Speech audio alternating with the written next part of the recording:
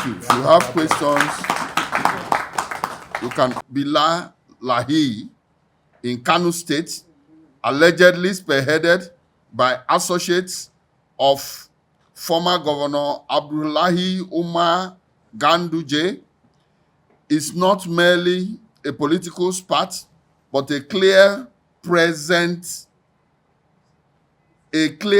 and present danger to Nigeria's fragile security architecture and constitutional order. At a time when the nation is grappling with widespread banditry, insurgency, and the severe implication of being designated a country of particular concern, CPC, by the United States of America on religious freedom grounds, the establishment of a parallel unregulated enforcement group is an act that directly challenges the state's exclusive monopoly on the use of force. Allowing this group to operate would set a dangerous precedent that empowers political actors to create private, armed, or quasi-security militia, fundamentally undermining the democratic structures and the rule of law. The dangers of allowing parallel enforcement structures. The operational existence of a privately funded and politically linked enforcement group, distinct from the legally established Kano State Hisbah board, presents four critical dangers. A, direct threat to public order and sovereignty. The core function of a state is maintaining monopoly on legitimate coercion. The creation of a rival force or enforcement body invites anarchy by establishing multiple competing centers of power and authority. This can lead to 1. Violent clashes. Competition and rivalry between the legal Hisbah Commission and the parallel group could easily escalate into violent confrontations, placing innocent citizens of the Federal Republic of Nigeria at risk. 2. Public confusion. Citizens would be unable to distinguish between legitimate state authority and an unregulated private group, leading to widespread compliance issues, fear, and instability. 3. Erosion of state authority. It effectively creates a state within a state, enabling private individuals to exert policing powers without democratic accountability or legal oversight whatsoever. B. High risk of unchecked human rights abuses. Unregulated vigilante or enforcement groups are inherently prone to abuse, lacking formal training, oversight mechanisms, and adherence to due process. Members of parallel Hisbah group will likely engage in A. Arbitrary arrest and detention, actions based on personal vendetta or political directives rather than codified law of the Federal Republic of Nigeria. Again, intimidation and extrajudicial actions. Violation of citizens' fundamental rights, including the right to fair hearing, personal liberty, without recourse to established justice channels. C. Politicization and instability. The clear political loyalty alleged to be driving this group turns a supposed religious initiative into a dangerous political weapon. This fuels inter-party tension, potentially using the 12,000-man structure to 1. Intimidate political opponents, creating a private army disguised as a moral guide to suppress dissent or influence elections. 2.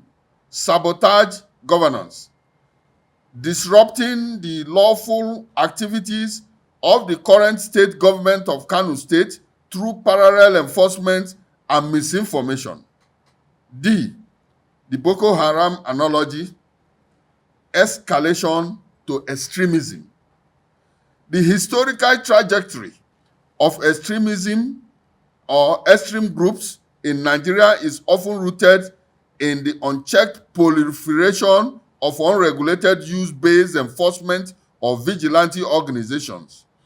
As the background documents notes, groups like Boko Haram started with different names, such as the ECOMOG.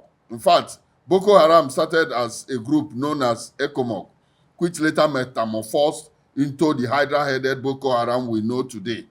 It started as a vigilante group, powers to enforce laws, created by them. Now, allowing a large politically funded group of 12,000 disengaged youth to organize under a private religious banner creates a fertile ground for the following. 1. Radicalization. The lack of accountability and the political context can facilitate the injection of extremism ideologies. 2. Militarization. What starts as moral policing can quickly evolve into a fully fledged private militia capable of armed conflict. The urgent imperatives to investigate funding and motives. The most critical area of concern demanding immediate and rigorous investigation by the Nigerian Police Force and the Department of State Services, the DSS, is the financing of this alleged parallel force. A. Source of funding, a public interest concern. The mobilization of sustenance of a 12,000 personal group requires significant and sustained financing resources. This is a grave public interest matter, raising questions of 1. Laundering and diversion of public funds. Could the funds be derived from ill-gotten gains or diverted public resources now being used to finance private political ambition? 2. Illicit resources. Is this financing linked to criminal enterprises, kidnapping for ransom, or other illicit activities that are fueling the national insecurity in the Federal Republic of Nigeria? B. Possible link to terror financing and transnational groups. In an era of intensified global efforts against terror financing, TF, security agencies must investigate potential links between the significant funds supporting this large unregulated group and larger transnational terror network. The FATF framework, Nigeria, guided by the Financial Action Task Force recommendations, must scrutinize the flow of funds to non-profit religious sounding organizations to prevent their exploitation to terrorism or proliferation of small and light arms. The nexus of crime and terror. The funds used to sustain such a large-scale private group could provide a direct financial pipeline that can be easily diverted to procuring arms, facilitating arms proliferation, or funding militant activities, much like the complex financial network that support the terror across the Sahel region. Call for action. The Global Center for Conscious Living Against Corruption, a coalition of civil rights organizations in Nigeria, in collaboration with over 92 civil society organizations, hereby call for the following immediate decisive actions. 1. Immediate disbandment. The Kano state government must issue a definitive public statement declaring Hisbah independent, fisa bilalahi, illegal, unlawful, and an enemy of the state security. 2. Comprehensive security investigation. The Nigerian Police Force, the DSS, the Nigerian Financial Intelligence Unit, NFIU, must, as a matter of urgency, launch an urgent, comprehensive, and transparent investigation into the following. 1. The promoters and structure of the group. 2. The sources, management, accountability, or its substantial funding. 3. Any possible link with political militia, arms proliferation, or international terror financing network. 3. Proactive youth engagement. The government of the Federal Republic of Nigeria, as well as the government of Kano State, must develop urgent socio-economic intervention programs to address the poverty and unemployment being exploited to recruit vulnerable youths into such dangerous formations.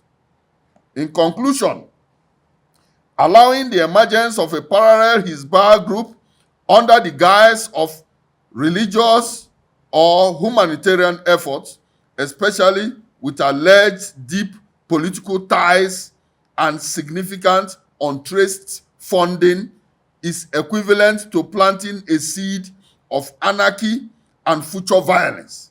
The time for decisive action is now, before a private political experience in Kano metamorphosizes into a national security catastrophe. Thank you.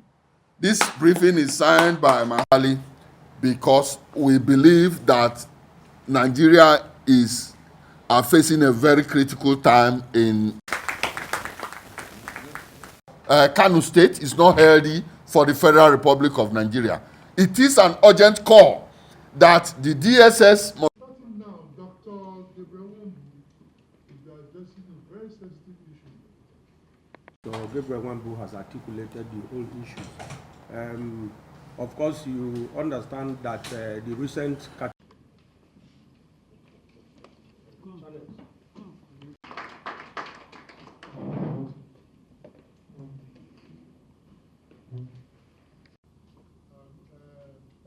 setup like that, when they already have Hisbah in place, that's the force.